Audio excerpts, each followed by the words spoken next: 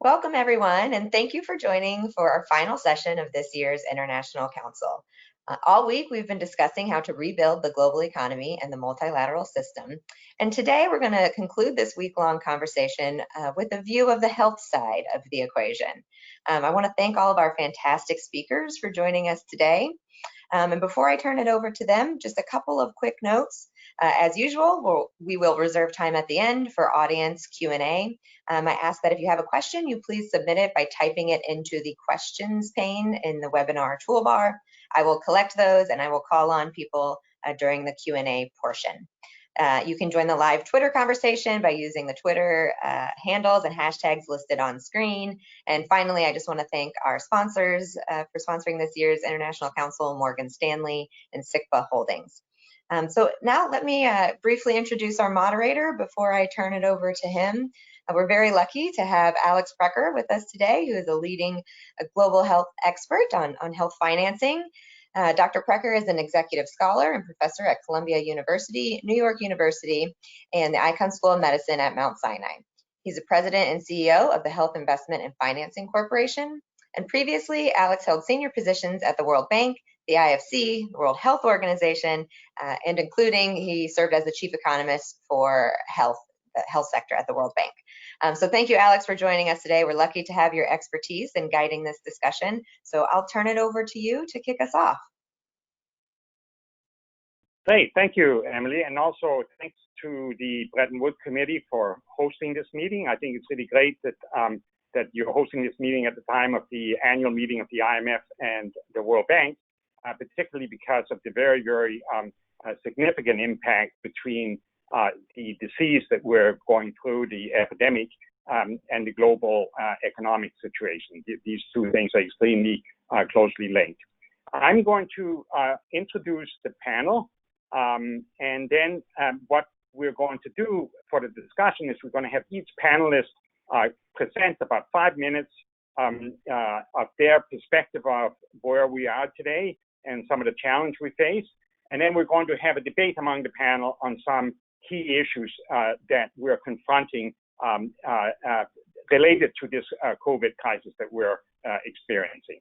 I don't want to take a lot of time here in the introduction, but let me just say initially, we're really, really fortunate to have with us Cristina Valencia, who is an epidemiologist, but an epidemiologist who really specializes in intervention epidemiology and has done work throughout the globe on that topic with WHO and with other organizations, USAID, and with the bank.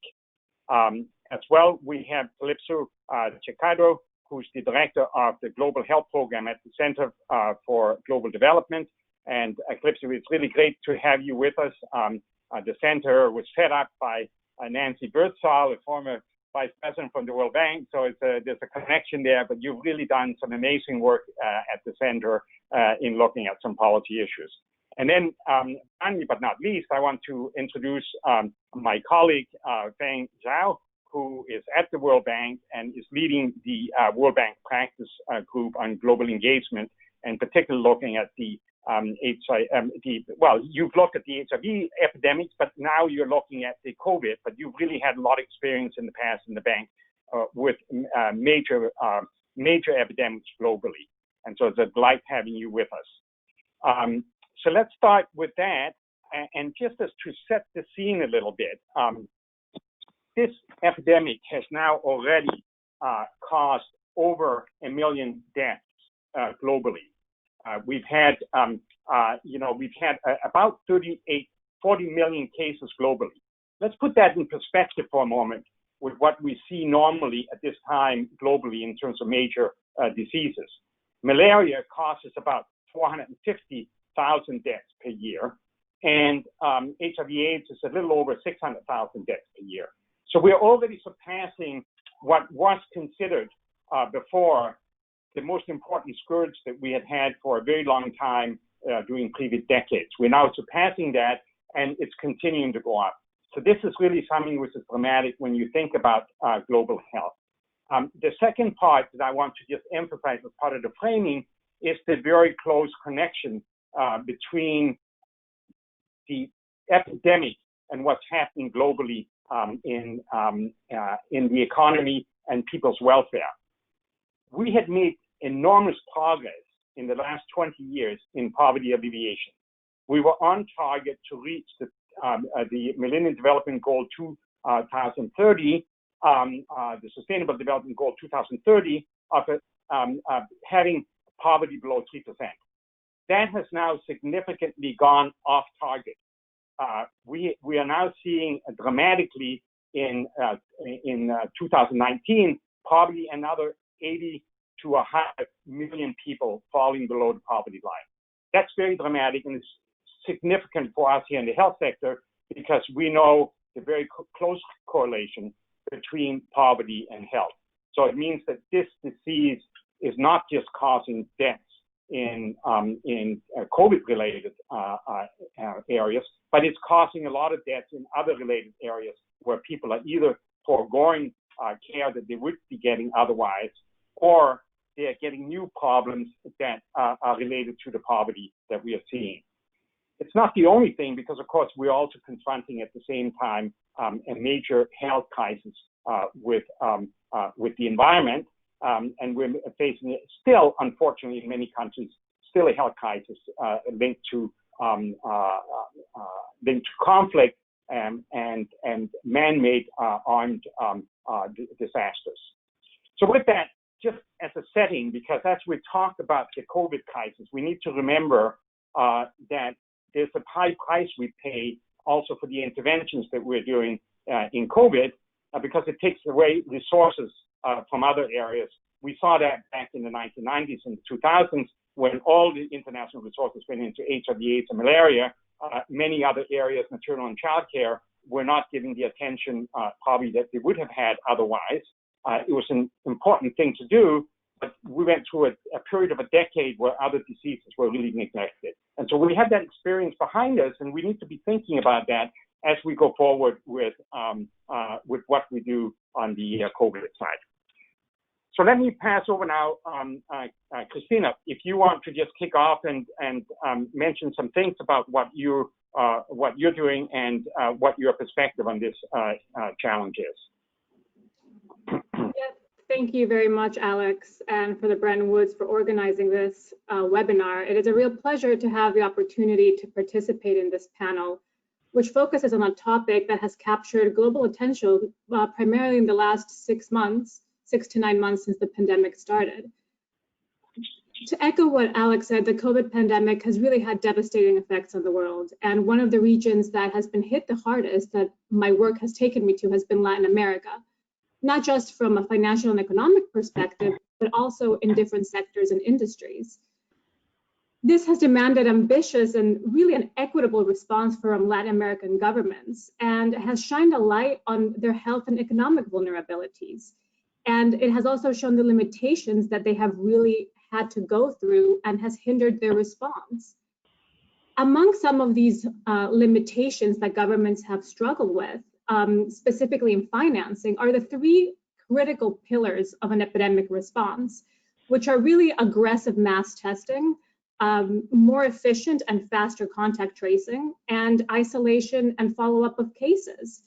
And finally, of course, the necessity to have really adequate policies at points of entry. What many Latin American countries, and the reason I'm using Latin America is given my familiarity with the setting and the work that I'm currently doing in terms of supervising contact tracing activities there, was that they enforced strict lockdown measures and border closings at a very early stage of the pandemic. But what does a lockdown translate into, specifically in these vulnerable economies? It means less economic growth, which leads to lower employment and therefore deterioration of quality of life, and subsequently an increase in poverty. If we take one of the Latin American countries, Ecuador as an example, it is the first time in over a decade that the country reports a deficit of about $10,000 million. The government has had no money to really pay any of the workforce that has been allocated to COVID, so they have to seek financing from multilateral organizations. And this is a route that many Latin American countries like Ecuador have opted for. And they have done it in 2 ways. Some have done it using local resources, and others have really done it by external debt. The difference is that those that have financed with local resources are economies that really display sound fiscal accounts, versus those that have used financing through external debt have been economies that have large fiscal deficits. Ecuador, Peru, Colombia, for example. Also, in order for these governments to meet the rigorous demands of national strategies, they have to, as I said, had to seek financing from multilateral institutions such as the World Bank, the International Monetary Fund, and the Inter-American Development Bank, amongst others, which have a strong representation in the region. But sadly, there are still very limited funding mechanisms that we have seen available to most of these countries outside of the borrowings, as much of the financing that has been pledged by these organizations is actually funneled through or reprogrammed within existing global health mechanisms.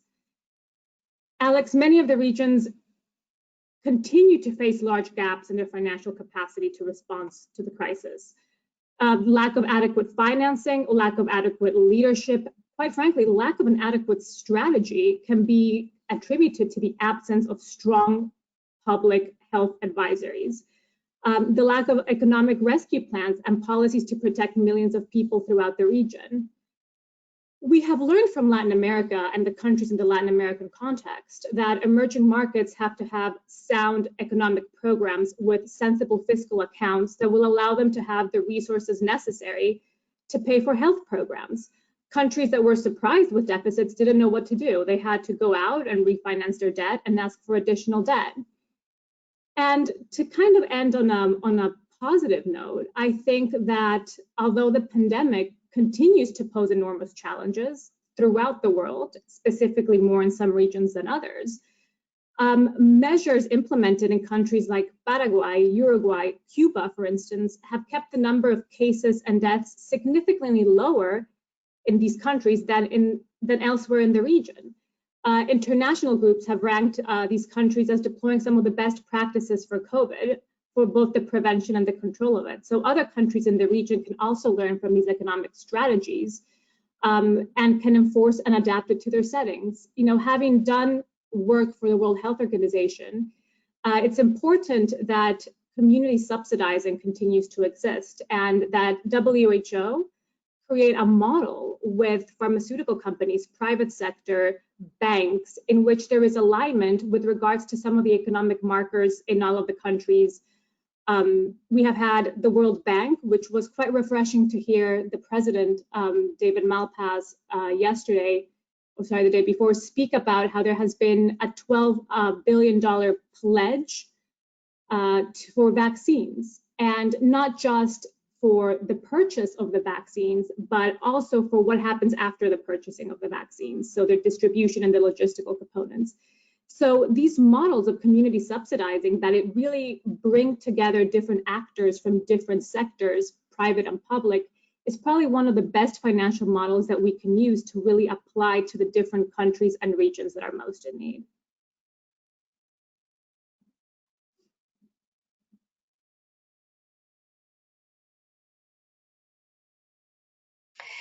Alex, I think you may be muted. Can you unmute yourself? Yeah. Thank you, Cristina. And it's nice that you focused on an optimistic message there. And I think one of the things is compared to the HIV crisis, we have to remember that for the people who recover from COVID, you're not going to be left with a chronic disease that will take years and years and years of further financing and whatever have you. There are, of course, people who have complications, which could be long-lasting, but the ones who recover quickly tend to recover. And so it is something that, you know, there's hope that we can get over this this epidemic. Okay, can I now turn to Kalipso? Would you like to just say a few things like that, and before we get into the conversation? Sure, and thanks very much, Alex and Bretton Woods, for having me. I wanted to discuss quickly three things.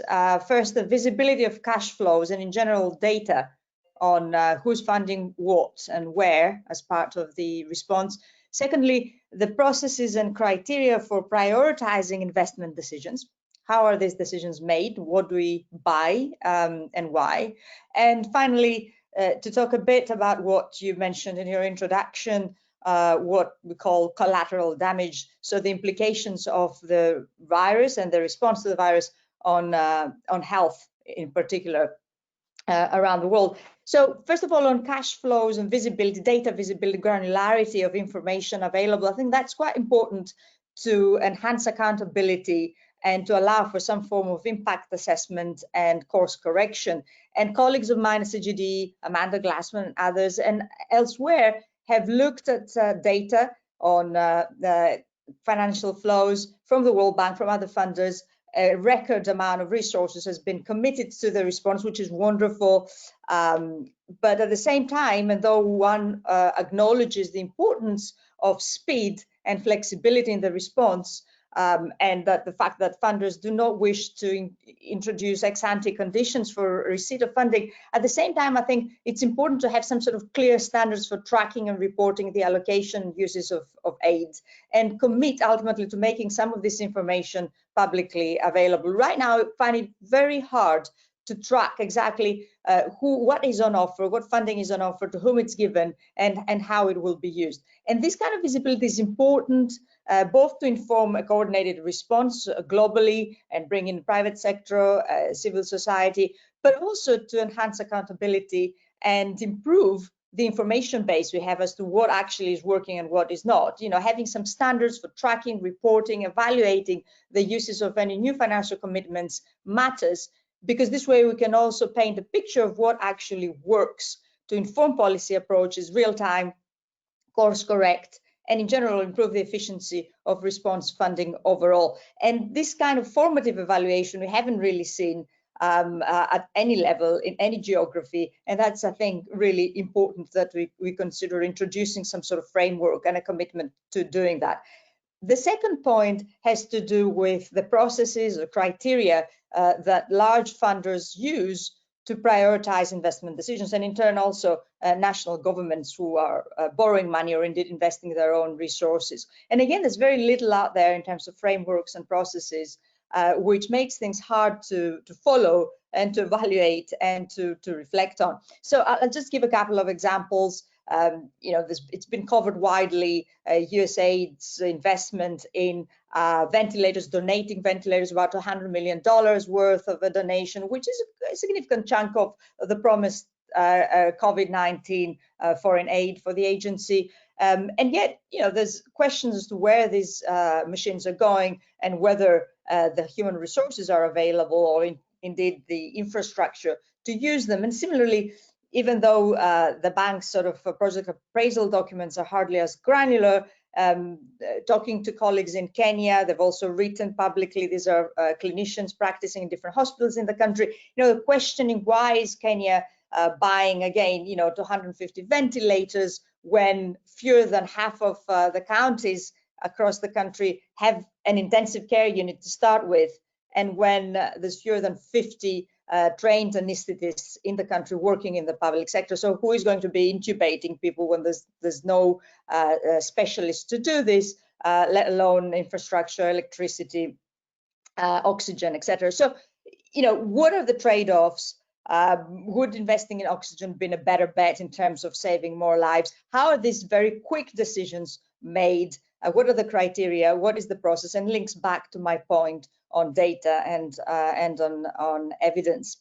And related to all of this, again, the governance aspect, the Global Fund Observer published about a month ago a nice roundup of sort of snapshots of corruption and inappropriate use of funds channeled very quickly through national procurement bodies in different countries around the world. And they have a whole list of 10 or 20 countries where there's been issues with embezzled funds and corruption or misuse. And again, one wonders how a framework could be built in the current state of emergency, if you like, to protect these valuable resources and make sure we save as many lives as we can.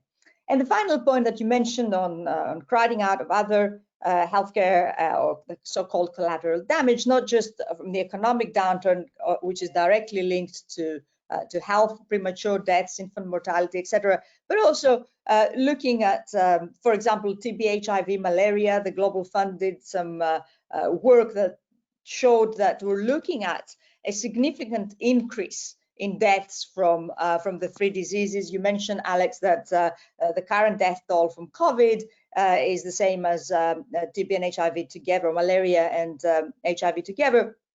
And yet what we're looking at now over the next 12 months or so, or in the immediate past and over the next few months, we're looking at an extra 500,000 HIV-related deaths, an extra 500,000 HIV-related deaths, an extra 500,000 TB deaths, bringing the mortality rates 1 decade back.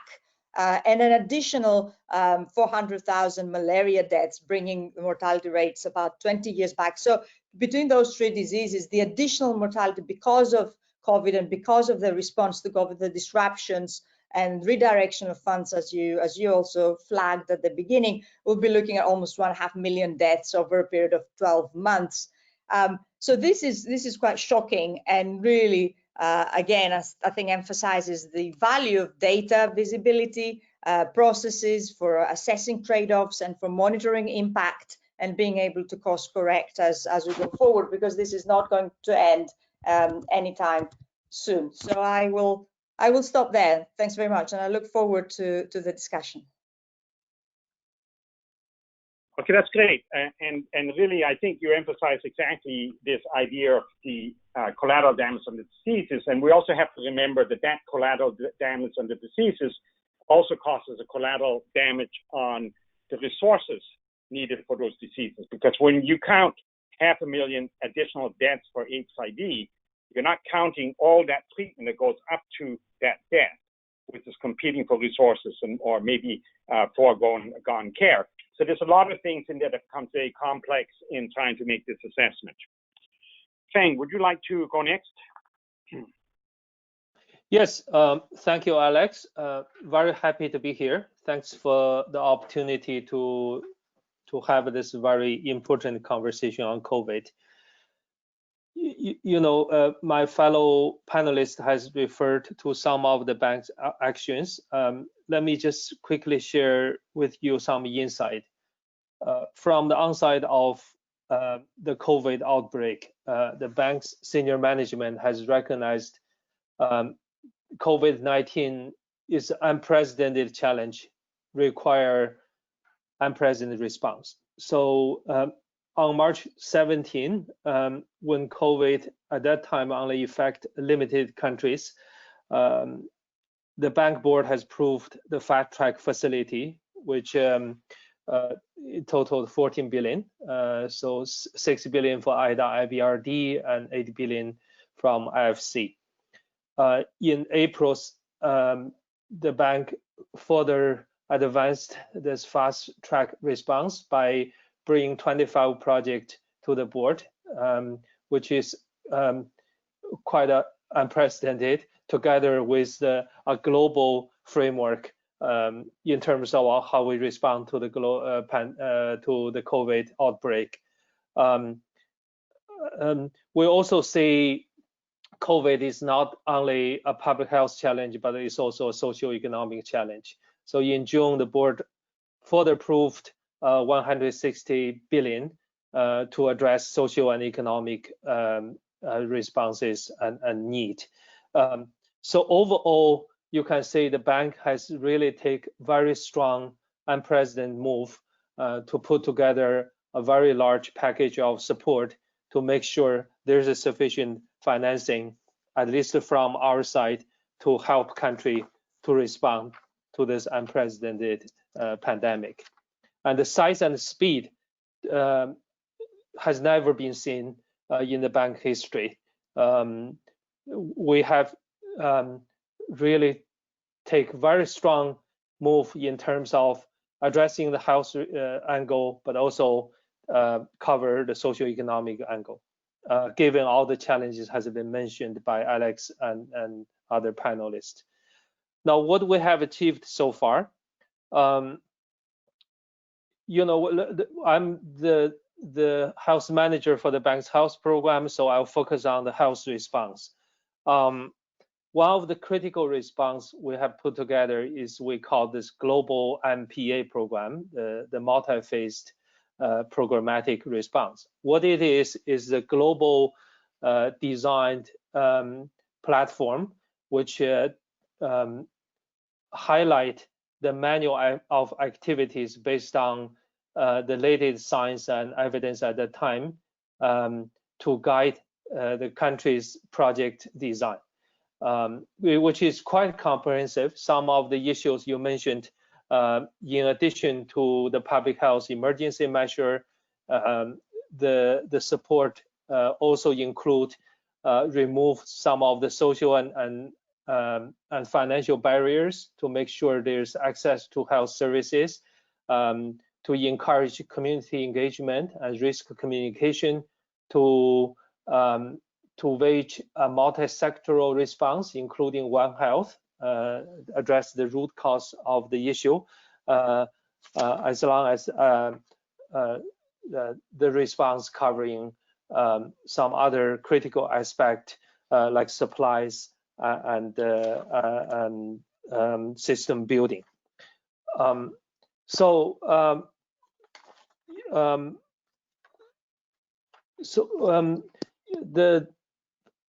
The speed has been really from our side satisfactory. Within about 100-day duration, we have managed to put financing program in about 111 countries. So that is really unprecedented. The disbursement rate now, we have reached 42%, which is much higher than the average disbursement rate of the bank regular projects. In addition to that, so we have also have some of the positive impact on the bank's business model.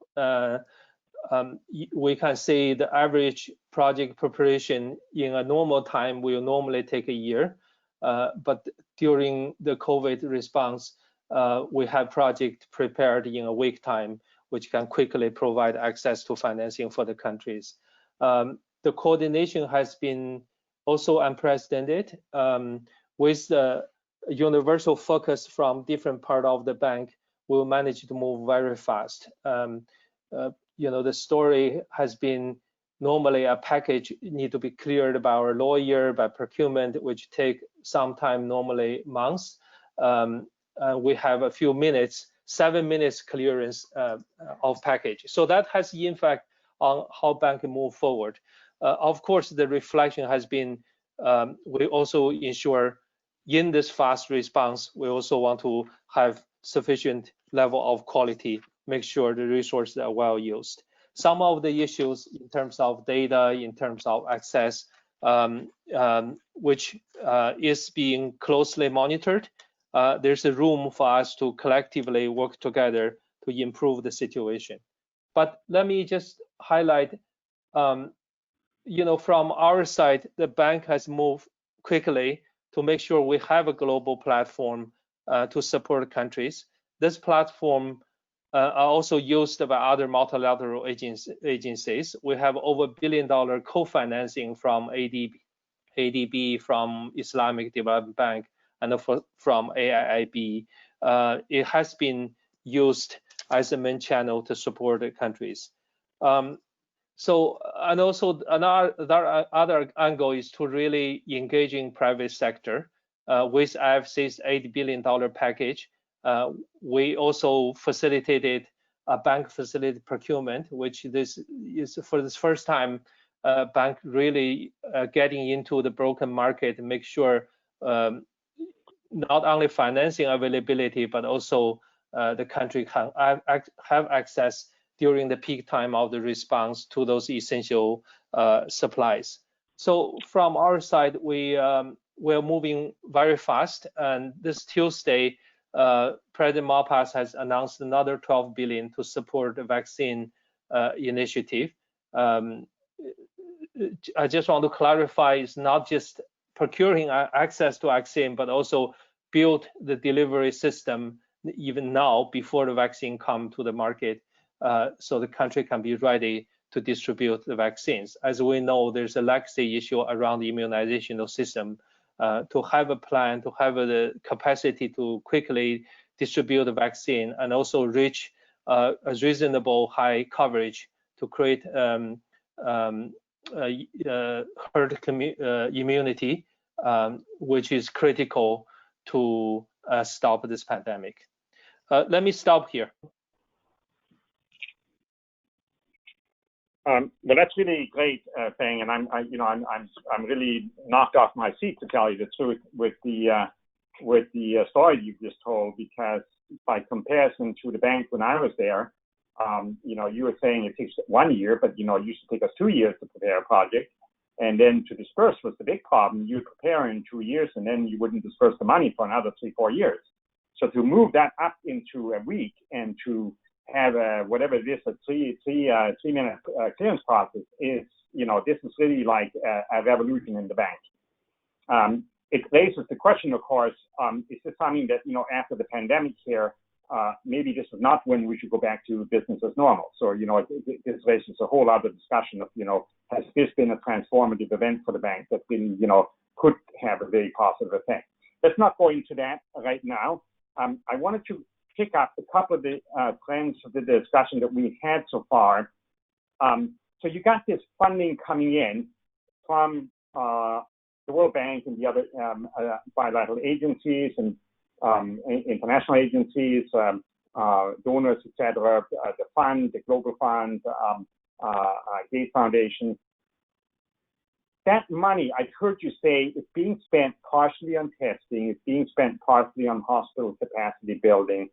Can you say a bit more about that? Because that's, of course, those are, of course, the details that become extremely important. And maybe I want to just say a couple of things. How do you spend money effectively? Let me frame 2 or 3 questions. How do you spend money effectively in the contact tracing area in countries, say in a place like Brazil, where you have how many thousands of cases per day, versus another place like Vietnam, where you don't have so many cases? What is the, what is the challenge in the contact tracing, the way you would spend the money on those activities? So that's one thing. A second part would be the question, I think that, especially you raised, is how do we do this coordination with all these players and, around the table? That becomes extremely complex. We know, as soon as we start putting people around the table, even in a place where you're pretty focused because you have a crisis you're trying to address, very often the people around the table don't agree. And then you get, the usual kind of stuff that gets around the table.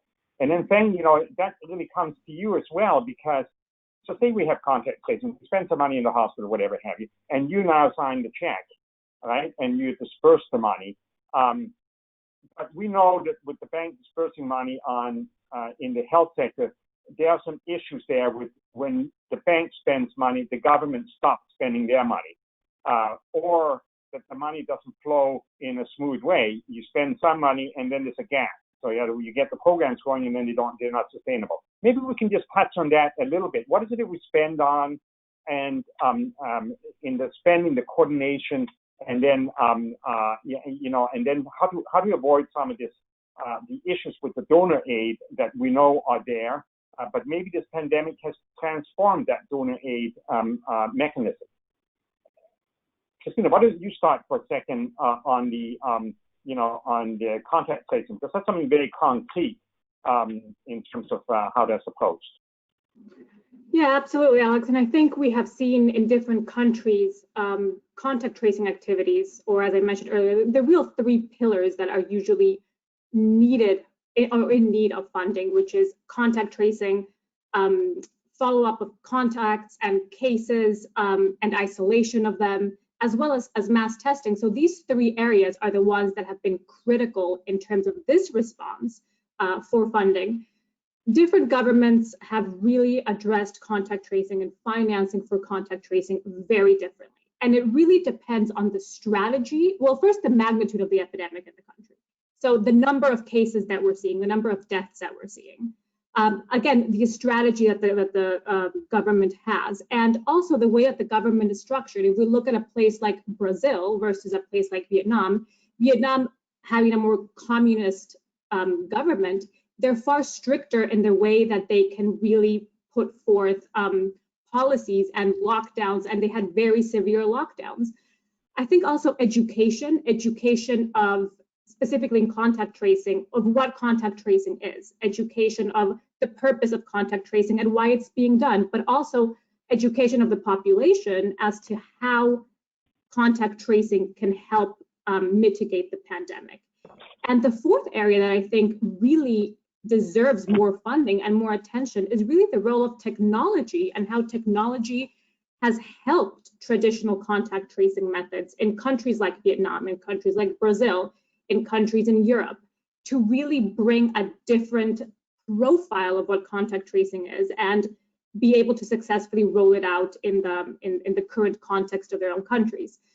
I think that financing is easily available and it can be distributed at a very fast pace. But the problem is, it's not really about how much money there is, but once the money is there, how are you going to distribute it? Where is it going to go to? And that's one of the big problems that we have been seeing, is the prioritization of these finances that have come into the country. And also something to mention, because we have spoken about the different actors, so public sector actors, private sector actors, and all working in myriad, all working in conjunction in terms of financing. But let us also keep in mind that this is one of the only instances in which the private sector is also struggling. They've also been impacted by COVID, and they're also needing to deal with their own sources of funding and how they're going to keep their companies afloat.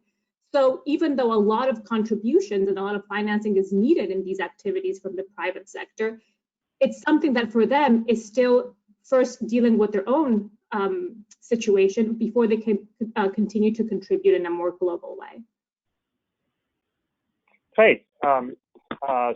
Feng, why don't I segue to you after that, because let's just connect a little bit that with, with the money coming in, and then Kalipso, I want to come back to you then on the coordination side, because that becomes just such an important part of the story. Yeah, so I fully agree. Financing is not the whole answer, and you really have to have a system. Let me first say, in terms of the contact tracing, we would really have to look at different typology of countries. When you have a country which have, very weak public health system, even for primary health care system is still not up to standard, you really have an issue. So in terms of how to translate the financing into concrete capacity, manpower, human resources, testing, lab capacity, those are the critical inputs you really have to look into. How to convert the financing into those has been a focus of the bank's task team, working hand in hand with the countries. We have seen some countries has done very well from a low point, because this is something new, right? So it's not like we have a ready system to address COVID. But building on the existing system, really scale up. Country like Ghana have really increased their testing capacity and train personnel to trace the contacts and build facilities so they can conduct isolation exercise, and also build a laboratory system. This is area which we have been really looking into. And also risk communication is critical to ensure the public aware of some of the public health measures and make sure they behave in the ways which can help out the interventions. Engaging community is another angle which the bank financing has been supported strongly. So all those angles are really a very critical element of the response. So the bank is working with the government really to strengthen the capacity and fill in the gaps. Many countries are doing well, and many countries still have way to go. In terms of coordination, as you mentioned, so that's a legacy issue, right? So that require fixing from all angles. But for our COVID facility from the on-site, we're working with WHO and other partners to make sure we are part of the overall country strategic response plan, which most of the country have it. We are supporting part of the plan, make sure our financing is coherent with the overall country's response. Have said that, the issue you mentioned is require a lot of efforts from everybody to address. Money is fungible at the country level. We do see the decreasing level of coverage of essential services. But on the other side, without fully address COVID, the things will not go back to normal. So we have to realize that. How do we addressing COVID as a priority, but at the same time find a way to finance those critical essential services is a challenge to everybody. Over. Okay, great. I think that's really important, and it picks up from where Christine commented that the contact tracing is just so enormously important. But of course, you can only trace contacts when you made the diagnosis in the first place. You can't trace something where you're not even getting the contact. And it does raise the issue when you look at a map of the world. It raises the issue when you look at Africa, where there seems to be so much less cases than anywhere else in the world. Is that a reflection of less cases, or is that a reflection that we're just not making the diagnosis there and people are just not getting into the system? And also that it would be the same question about the death. How reliable are the death figures in some countries? I think your point, Feng, is the country capacity is just so important in this story. And if you don't have a primary care system, how are you making the diagnosis? The person in the village, how is that person getting into the system to be identified? Kalipso, maybe you want to just come back on this, because the coordination thing, at least from the time that I was in the bank, was a very big issue. You have the donor coordination mechanisms and whatever around the table, and it's critical from 2 points of view. One is that the resources are more when you leverage the resources from many partners.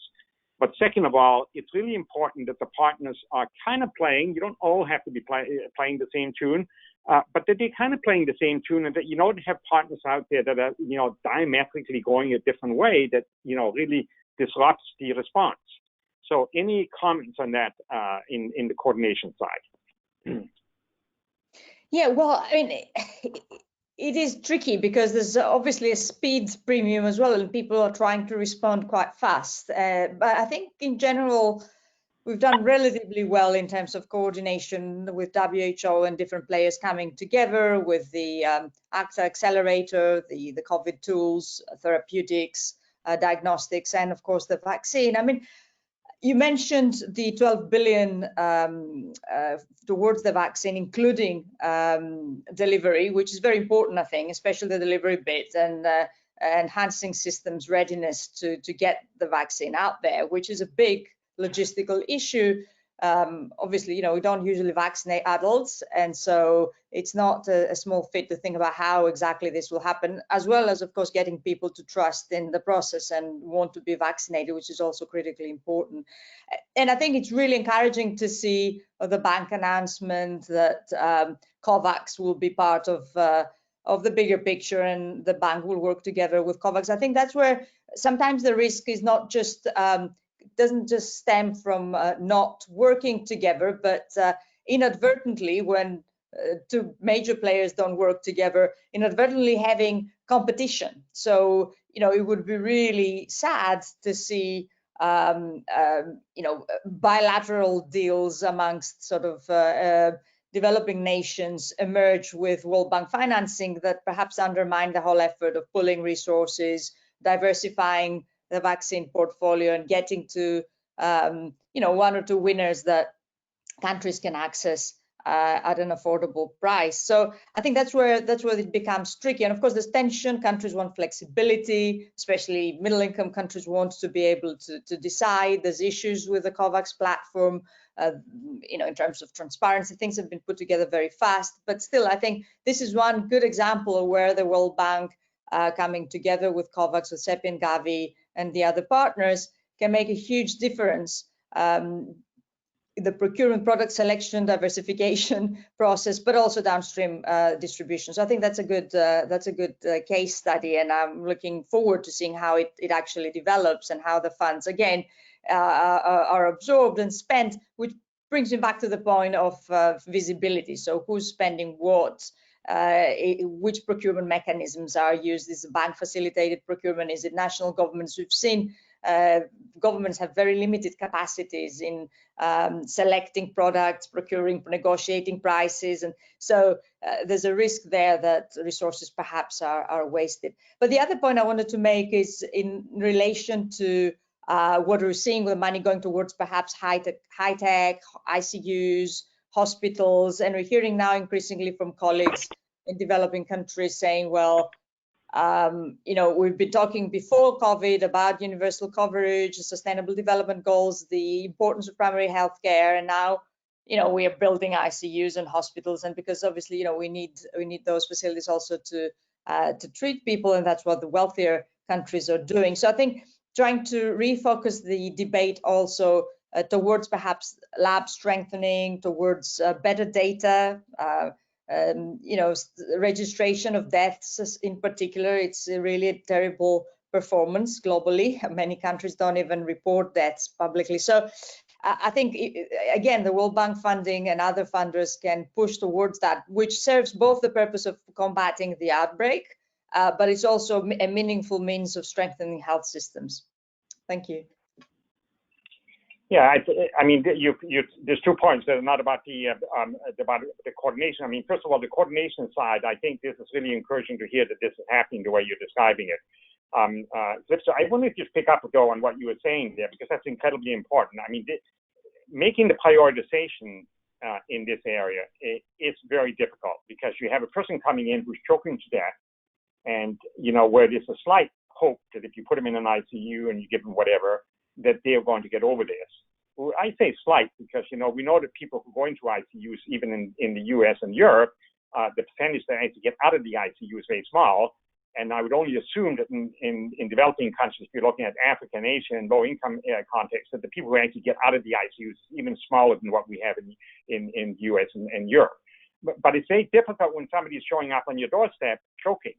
And so this is where I think the national policy people are really put on the front line with a very, very difficult, very difficult moral and management choice. And it brings us to the whole issue, I think, which I just want to spend a couple of minutes about. It's a very lively debate that we just had in the last 48 hours about the herd immunity, okay? Because if we're still months away from the vaccine, which we probably are, and if we're maybe a year away or maybe 2 years away before that vaccine actually becomes available in developing countries, because we're talking about the vaccine becoming available maybe in the US sometime mid-2021 in an effective way. It may not be until 2022 before it actually gets to developing countries. So really, you're left now with the herd immunity coming through natural mechanisms. Has that been part of the discussion at all in your circles? Because it really is an important issue. Why don't we start? Feng, is that part of the bank discussion? Okay. Yes. Feng, yes. Yeah. Okay.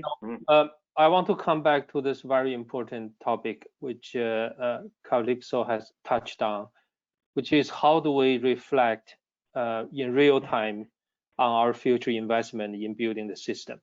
I think that's the critical element. Globally, we have learned a lesson why in the early phase our system have failed to stop and even prevent this pandemic from happening.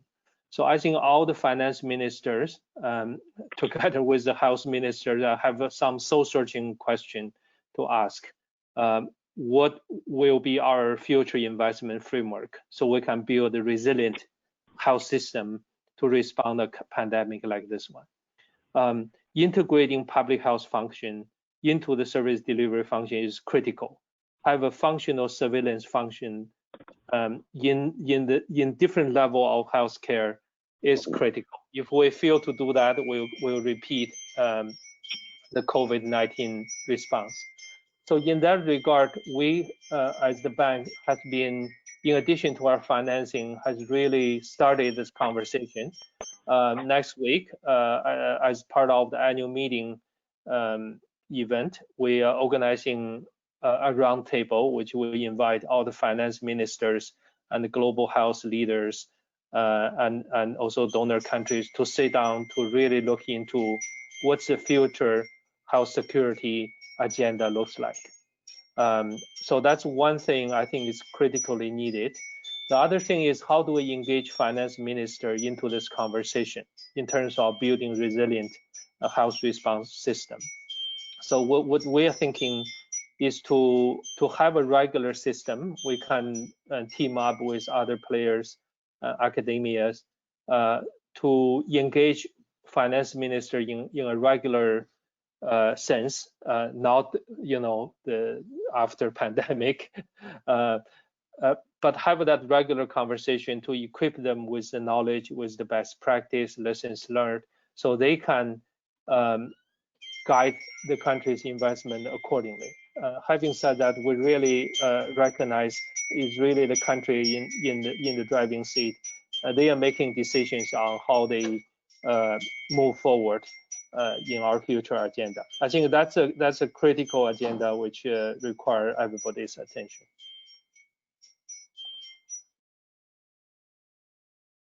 Yeah, I mean, you're right saying with all those things. But as you're having your discussions with the ministers of finance, this issue is going to become out. How long can we shut the economy down with the public health response? Okay, and this is where, of course, the herd immunity issue comes up. You know, we're hearing this increasingly now in Europe, and I'm sure the same topic is coming up in developing countries.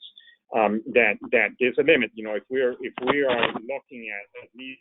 If we're looking at least a year from an effective medical response, I mean, the public health response is to do contact tracing and isolation. But in the meantime, we're entering into the winter again in the Northern Hemisphere. And it may not be the same magnitude as we had in the first wave, but there's something coming that's approaching us. What are the options that you have? I mean, we can have that hope out there that we'll have the vaccine and the medicine. But let's now be just a little bit realistic in the next 6 months, what's going to happen in the next 6 months. Because even if we get those things, distribution for developing countries will take a very, very long time. So is there beginning to be some contingency plan on how to deal with that interim period before we get to a medical response? Anybody want to jump in on that? Kalipso? Why don't you kind of kick this one off with one of your comments? So maybe you should jump in here on this one. Well, I mean, I don't think it's an either or. You're absolutely right. It's a matter of fact that don't seem to be getting the vaccine coming out tomorrow. And certainly, even if we did, it would take time to manufacture, despite the amazing efforts to have manufacturing capacity at risk set up and all of that, which is extraordinary, and it will pay off. But ultimately, it will take time, and it's not just the manufacturing and the procurement. It's also that's why the 12 billion from the bank is so important. It's about distribution systems, getting things to people and convincing people to take them, and perhaps most probably needing a second 2-dose regimen. So getting them to get 2 vaccines over a period of time. So it is going to be hard. So it's not going to be instantaneous. It's not going to happen tomorrow or in a month or perhaps 6 months. Okay, so what do we do in the meantime? Well, I think we can't give up. That's why it's so important to continue the efforts with better testing. As you say, you can't trace people unless you know whether they have it or not. Tracing, treatments. That's why it's so important that the R&D efforts on the treatment side continue. We do want better treatments, including for people who do not end up in ICU or not likely to end up in ICU, or to prevent people from getting into ICU in the first place, especially in settings like resource-constrained settings where there aren't enough or any ICU beds. So we want to be able to treat people in the community. We want to be able to treat people in hospitals with relatively low-tech settings, and so all of this is important. It's important to keep our eye on the collateral damage, as you said, and be able to monitor that and address it. We can't shut down everything else until we solve COVID. We need to do both simultaneously. So it is extremely challenging. And then, one way or another, in some settings, and we're seeing this through seroprevalence studies, to the extent that these reflect real immunity, may well under or overestimate. Again, the science is not very clear, but we're seeing in crowded settings, certain parts of the world, certain cities, there's increasing numbers of people who have been exposed. So that's not a strategy. Nobody's actually actively pursuing it, but it's happening in the midst of governments trying to address the crisis. So again, monitoring that, being able to understand where it takes us and what it means in terms of the disease itself is also very important. I think Cristina will have a lot to say about that. But my I guess, conclusion, which is nothing special or unique, is that we'll just have to learn to live with this, as many have said, and minimize the damage to other sectors, health and non-health, while still doing that. So we really extreme responses that last for a little bit and don't really change the course of the outbreak perhaps are not the right way forward. And the World Bank has been saying this since the very beginning, and I think that's quite important to remember. Cristina, you've been on the front end of the contact tracing, and so you've seen the front end of this thing. Are you confronted with any frustration that you're doing the contact tracing, you're helping these countries develop the capacity here, and then they're identifying these people, but then, as Feng was saying, when you then refer them to the health service, they get up against the wall because you're identifying them, but then the response just doesn't come, or the response is very inadequate. Yeah, and I think this is something very important to really clarify. And Feng mentioned earlier that if we really look at the typology of contact tracing and where contact tracing is done, is that these weak health systems are the ones that are in need of funding. And I respectfully disagree. I think we have seen weak health systems. We have looked at Africa, countries that have experience in contact tracing that we have just been able to speak to, give them the protocols, give them the procedures that need to be done to do contact tracing, and they have been able to effectively do it. If we look at a country like the US with strong health systems, we see that they're really struggling with contact tracing. Contact tracing is something that's in the news all the time, but if you really get down to how it's being executed, the reality is that it's not. I mean, the traditional contact tracing that has been done for numerous infectious diseases in the past, applying it to the US setting has really, it's been shocking to see how a country with such a strong healthcare system can really struggle to implement basic contact tracing protocols.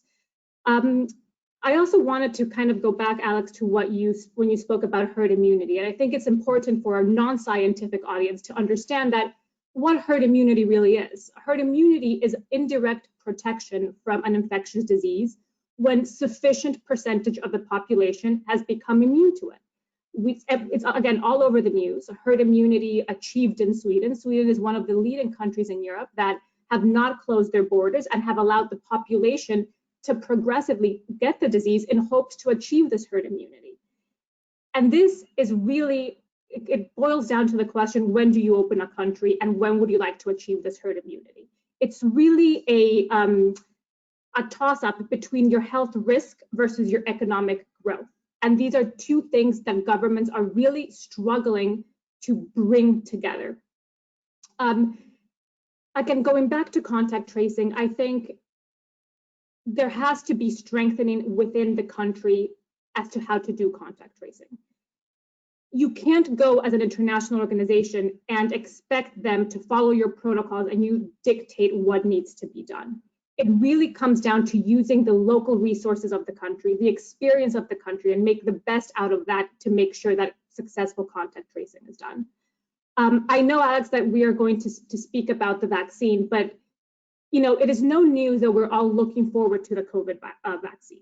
But to believe that finding one or several vaccines, as a matter of fact, will be this panacea and immediately end the pandemic is a real mistake. I think that we look at three fundamental questions that really shows that vaccine will not really provide an immediate solution. And I'm sure many will disagree with me. But the first and most obvious is, when will the vaccine be ready?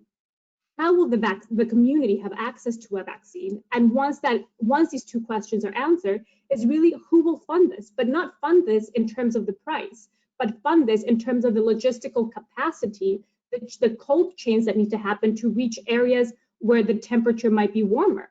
suppose that an effective and safe vaccine is developed, who in the population is going to receive it? Is it frontline workers? Is it people of vulnerable ages? Is it the most exposed? So to find this global distribution and allocation system is important. But one last thing I want to mention in this scenario is that we have started to see developing countries bring vaccine production in-house. We have seen India, we have seen Brazil. Brazil has about 7 candidate vaccines in preclinical phases. And these are vaccines or vaccines that have been manufactured in Latin America. 70% of them have been used by the Pan American Health Organization. So, for example, with Brazil's robust development structure, they have said that we understand that there is manufacturing being done internationally, but the cost is not going to meet the needs of our economy. So we're going to bring this production in-house in order to save the potential cost of what it will be to purchase a vaccine internationally versus us using our resources, our capacity to fund our own vaccine. Yeah, thank you, Cristina. And I think you really emphasize that point, which, the cold chain part, which we know from other diseases, just becomes a real block in distribution, particularly in low income and in climates where, it's not just because of hot climates, it's in any country, you have to keep the cold chain. The cold chain, just for the audience, it means that a vaccine has to be cooled. You can't just send a vaccine in a box to somewhere, as a vial, and then the person opens the vial and gives an injection. The problem with vaccines is they have to keep cool because otherwise they become deactivated. And this is a very, very major challenge in developing countries because it means you have to have small refrigeration systems. It may be ice packs, it may be something else, but you got to keep this thing cool as it gets out to the target location. And that logistically is extremely, extremely difficult actually to do. So it's another barrier, not just the vaccine development, when can we have it available, but it's also when it is available, how do you get it out there? And then in the villages, not everybody there is skilled in putting an injection of a vaccine in. So, these are major issues. I want to we need to move on and get some questions from the audience, but I just want to have one final round here with all of you on a topic. In most crisis situations, when we look at civil war, when we look at states that are going through conflict and whatever, as governments become challenged, often it's the private sector or NGO sector that steps in to really help out. We've seen this in Africa, we saw it in Liberia, we've seen it in the Congo, and in those settings, actually, the large agencies are not as nimble on the ground as the NGO sector and the private sector. Private, maybe less so on the private for profit, but certainly on the private NGO sector. They are a very important player in situations of crisis. Do you want to just make a comment on that in the experience and what you've had so far? And particularly in your case, Feng, because the World Bank itself is not always necessarily that skilled in interacting with the private sector. You have the IFC, which is of course the private arm of the World Bank, but it's a challenge to get World Bank money to go to the private sector in countries. Maybe just let's end with Feng because I want to hear that as the kind of final note. Cristina, Kalipso, any comment on that with the NGO sector and its role and how accepted it's been in this particular crisis?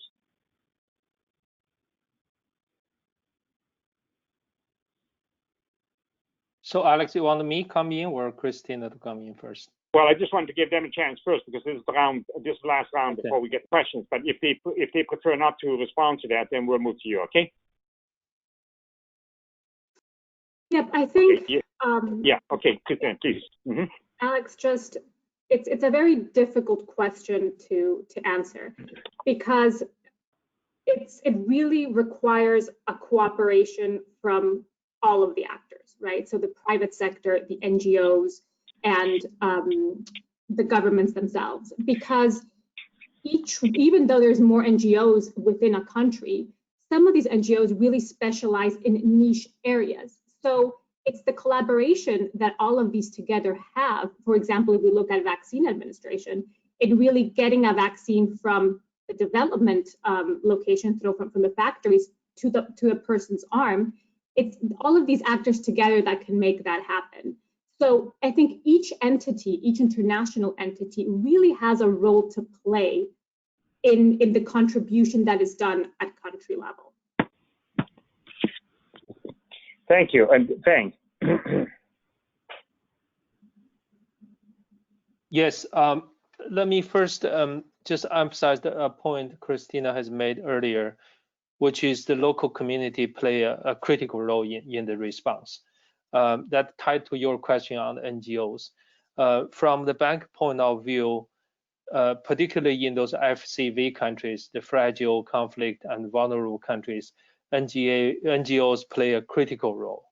In our project in Afghanistan, in Yemen, when the government system is broken, and the NGO really has been the main force in delivering services, conduct those activities. So our financing, particularly in those FCV countries, which make up almost 30% of our financing, I really emphasize the role of NGO. Let me just take this opportunity to maybe clarify a few issues mentioned earlier. Come back to, I think it's critical for our audience to know, come back to the herd community issue.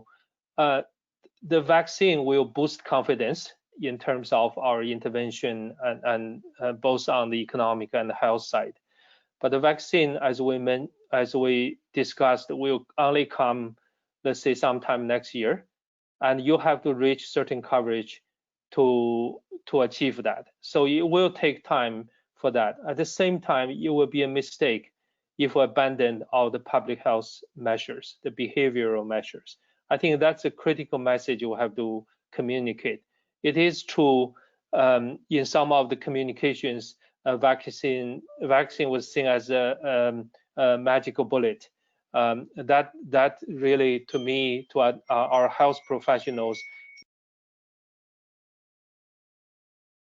is quite misleading and dangerous. My last point, I think Cristina misunderstood my point. I actually agree with you in terms of our assessment of preparedness of different systems when it comes to typology. One piece is missing is really how do we assess the public health capacity, which is largely missing for many countries. We have a global preparedness assessment index. Unfortunately, when we look back of the COVID pandemic, the correlation is not there, as you mentioned, and some stronger countries and really have problems, and that is well taken. But what I really refer to is the capacity of the public health part. We really need to strengthen that capacity. This is why we're working with Africa CDC to make sure the contact tracing, the lab capacity, the testing capacity are there as part of this response. Over to you. Okay, thank you very much. And so I think we've kind of covered a lot of the landscape that we wanted to talk about here today. And I think, Feng, your final comments here before we get into question period is really pertinent, because if we are talking about maybe a standard public health response for another 6 to 9 months, we have to remember those families that lost their jobs and are being locked out or are not being prevented to go to work. You know, in upper middle income context, you know, people have savings, they have whatever, but in lower income context, people do not have savings. Households, if you lose a job, the biggest threat to health in a low income family is losing your job. So this is dramatic. You know, if we're saying that maybe we're faced with another 9 months of partial lockdown or people not being able to go back to work, not economic, these two things are very closely linked. You know, the going back to work is going to be when the epidemic is under control. But the epidemic, you know, while it may take time, and in the meantime, these households, you know, with a significant share of the population are without money, and the poverty is just absolutely mind-boggling. So you know, we can't open that discussion up, but I just want to make sure that we understand the consequences of what we've talked about as a potential delay before we have a definitive medical intervention. Can I now just go back to the organizers, because I think we wanted to now field a few questions from the audience, and maybe you could pick up on that. Yeah, we do have a few questions from the audience, and I encourage the audience to submit more questions by typing them into the questions pane of the webinar toolbar. One of the questions we have from Francois Levant, and I'm going to ask Kalipso to maybe respond to this first, is, you know, we've talked a little bit about, you know, when we're going to have a vaccine, when we might have herd immunity.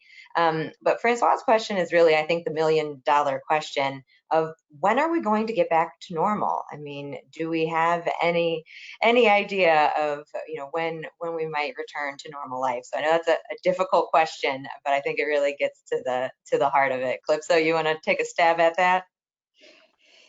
Thank you. Well, it is a hard question, and I think already colleagues flagged that there's a lot of uncertainty, that there's a lot of hope and a lot of evidence to suggest that there will be one or more vaccine products that will help us get back to normal, but it will take a while to get them developed, approved, manufactured, and distributed to people so people can get access to them. And even then, there's issues as to whether people will be convinced and want to be vaccinated. So that's a big challenge that we need to also talk about, perhaps.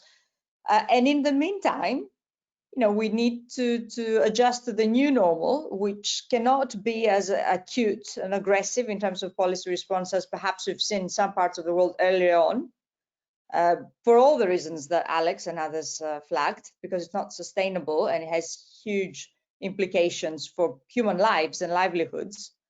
But at the same time, as Feng said, you know, it would be wrong to say, well, now we're past the peak.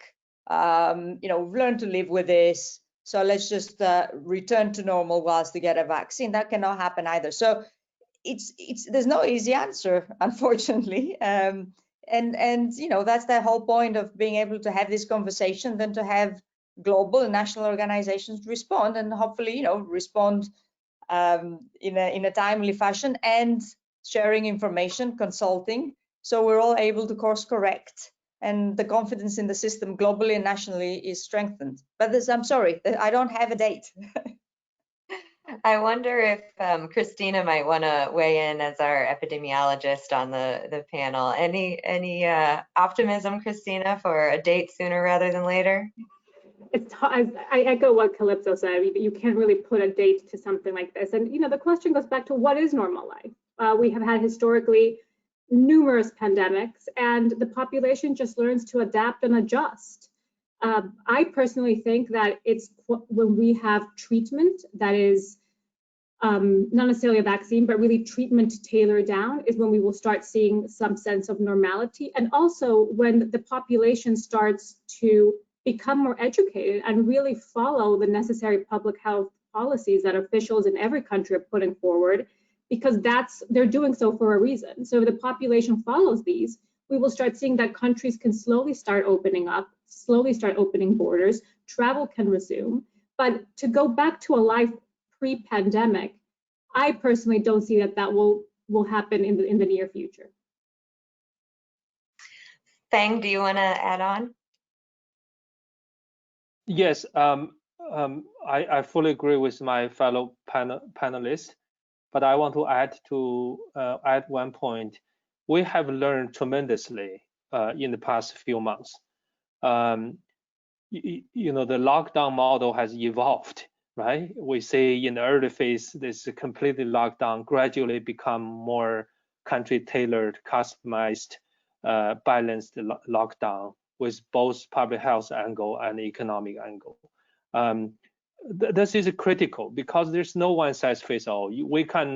We cannot expect Nigeria have the same lockdown model as India, as China, as US, right? So that we have learned collectively, globally, and the economic angle is critical. You'll see the measure now around the globe compared with a few months ago is largely different, and we have evolved into our knowledge and our interventions. I agree with the new normal a statement from my fellow panelist. COVID will stay.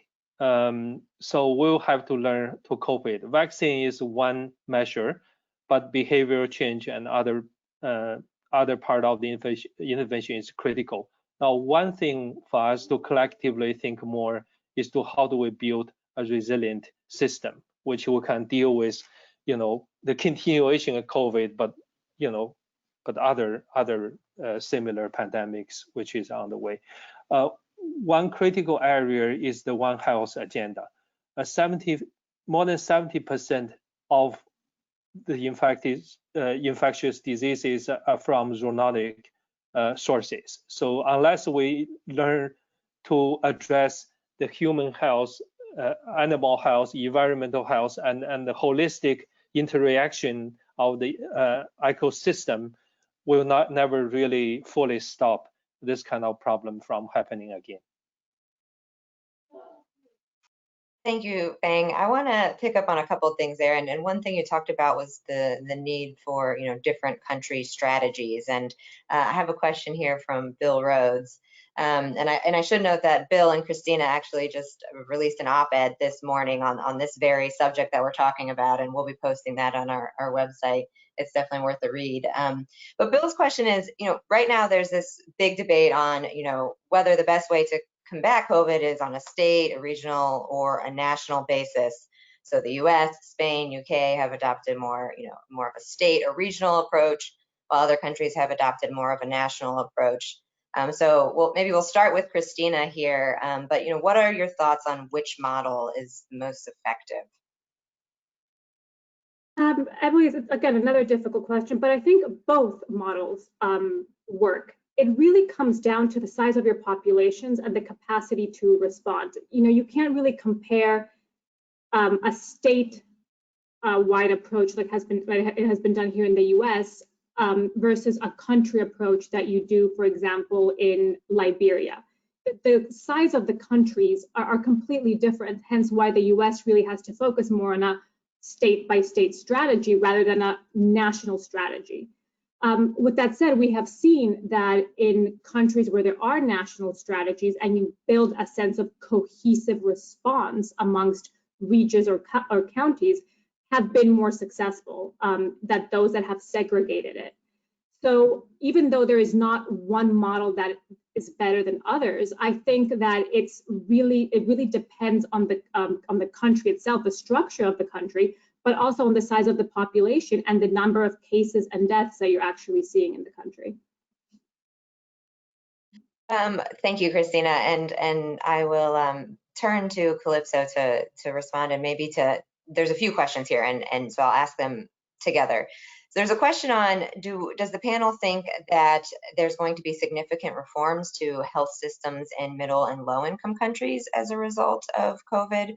And then a second question that I think is very interesting is, there's 90 million refugees forced into displacement, so who are not part of any public health system. So how is the international health system going to handle that population and help them get access to vaccines? So Kalipso, let's go to you first, and then we'll do a round of the other panelists.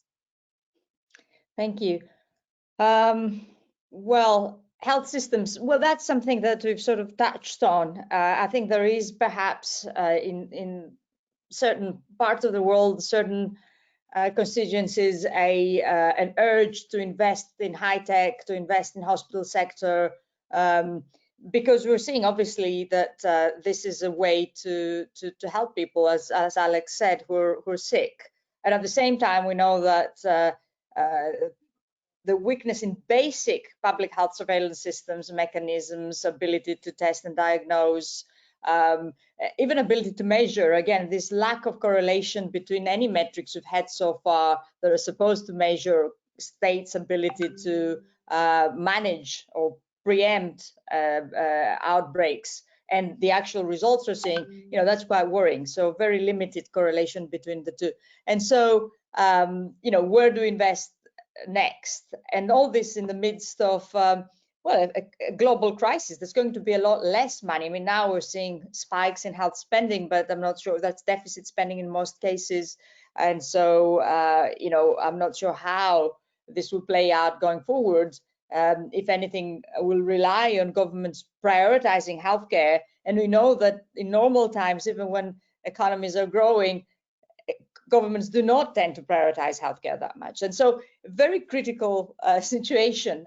Where does that leave us in terms of the UHC agenda, health system strengthening? I think, again, the role of organizations such as the World Bank and others is quite important in encouraging countries to invest in the basics that show that this can preempt the next COVID crisis, but at the same time, it's about health system strengthening, avoids this sort of COVIDization of health, which is a big risk, I think, going forward.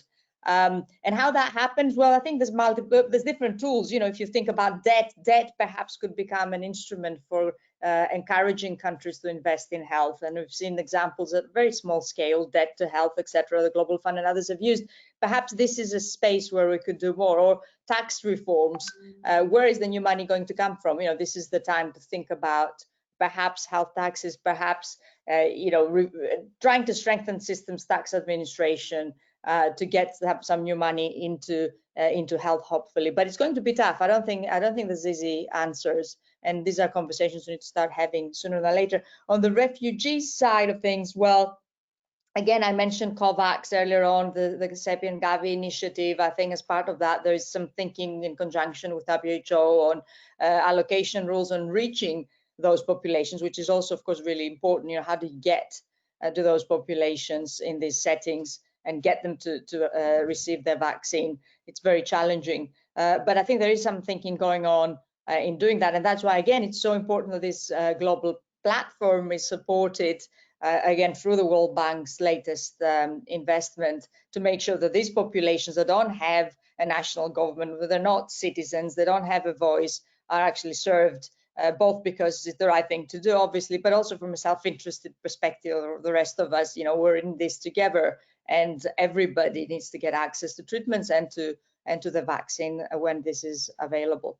Thank you. Thanks, Kalipso. I'm going to go to Feng to follow up there, and then we'll wrap up with Cristina since we're running out of time here. Feng? Yeah, briefly, in the sense, the health reform thinking is already started at the country level. As I mentioned, there's a lot of soul-searching questions already asked. We have sort of summarized our conversation so far into 3 key areas for country to think about. One is really the resilient system which can prevent a pandemic like COVID from happening. We're talking about, the surveillance function, the animal, environmental, human health as a whole ecosystem, and all those measures, the public health function need to be aligned. This is the first part to prevent the pandemic. The second part, once it's started, you'll have the capacity, like Cristina mentioned, the public health intervention, contact tracing, testing. There's a lot of successful experience and lessons learned from this pandemic. That system has to be there as a second tier of defense. And then you're getting into mitigation and save lives. And the ventilator, the hospital, ICU can kick in. It will be a mistake for country to say, okay, now we need to only invest on ventilators and hospital ICUs and forget the first 2 tiers. That's a critical message you want to send across. And that's a part of the reform moving ahead. Cristina, I'll turn it over to you to respond. Thanks, Emily. I will just, I left the reforms to my 2 other fellow panelists that addressed it more from an economic point of view as well. But I would really like to touch on this point that one of our audience members brought up, which is refugees, because this is really a population that many of us think has been forgotten and that is struggling and that will struggle to get access to treatment or vaccines. And we have seen that in countries where there is representation of an international organization, for example, the United Nations High Commission for Refugees, or any sort of international organization, these populations have been taken into consideration already. A clear example of this has actually been in Bangladesh with the Rohingyas in Cox's Bazar, in which, quite frankly, if I look at how the surveillance systems for the refugees in Cox's Bazar, for the Rohingyas, has been established, believe it or not, is much stronger than the actual way that the country has established its response. So we tend to think that, oh, the refugees are going to struggle, when in reality, in some of these countries, it's actually these refugee populations that are better positioned than than citizens of the country itself. With that said, I think it very much liaises with the fact that we are dealing with a big social struggle, and we as a global community really need to reinvent, we need to regroup, and we really need to reset, as there will continue to be this social struggle at both at an international, and a national, and a community level. Thanks, Cristina. We're running out of time, so I'm gonna turn it over to Alex again, just to wrap us up before I conclude. But this has been fantastic. Thank you to all of our speakers. Alex, you want to give us some final thoughts? Yeah, I mean, first of all, I want to thank the panelists. It's very nice to be in touch with you by virtual means. And Kalipso, I hope to have a chance to meet you in person sometime when I'm in DC. I think I want to really just end on an optimistic note. Having been in the bank for 30 years, we faced a lot of crises during that period. Nothing really like this one, but we faced a lot of crises. And I think the message really is this life after the crisis, this light at the end of the tunnel. And I'm sure that's going to be the case with this crisis as well. And the saying said, the unique thing about this one is it's probably not going to be like Ebola and SARS. This one, we are going to have a little bit of a residual over time, like we do in many other diseases. It isn't going to go away completely, but we will get on top of it. And we are really, I think, even a forum like this, we're just learning so much as we go along. There are no formulas, there's no blueprint that we can follow. It's really learning by doing as we go along. And I think it's just really terrific that we have here on this panel here, people from the more established side, the international finance organizations, but also with the NGO community and people who are more in the knowledge side of really thinking through what this epidemic means. So thank you very much for having given me the pleasure of participating in this, and also to share some of these thoughts with some really top experts. Well, thank you, Alex, for so expertly guiding this conversation, and thank you for leaving us with that optimistic note. I think that we all need this, especially on a dreary day here in Washington. I want to thank all of our speakers. I've learned a lot today, and I hope that our audience has as well. We'll be posting the video recording of this on our website, along with all the other sessions that we've held throughout the week. We'll also be sending out a recap communication with links to the op-eds and articles that I've mentioned throughout the week, and the recordings of the sessions as well. So that's going to wrap it up for our 2020 International Council. I think this was a great conversation to end on. I want to thank everybody for joining us throughout the week. We really had several just excellent discussions and an excellent week-long dialogue. So thanks again to our panelists today. Thanks to our audience and to everyone for joining us throughout the week. That's a wrap on IC20. Thank you.